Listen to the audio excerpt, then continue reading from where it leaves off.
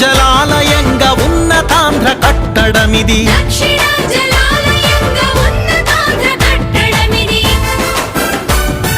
భారతదేశంలో చివరి భారీ ఆనకట్ట ఇది.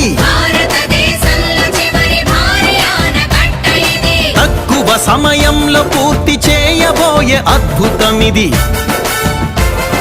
1000 మెగావాట్ల కరెంటు నిధిని అందించి చేయి ఎత్తి దీవించే జల విద్యుత్ జనని ఇది. బుర్ర చెడ్డ ఆటంకపు కొర్రీలెన్నొచ్చినా ఎర్రబడ్డ తెలుగు చంద్ర గుండె ధైర్య రూపమిది.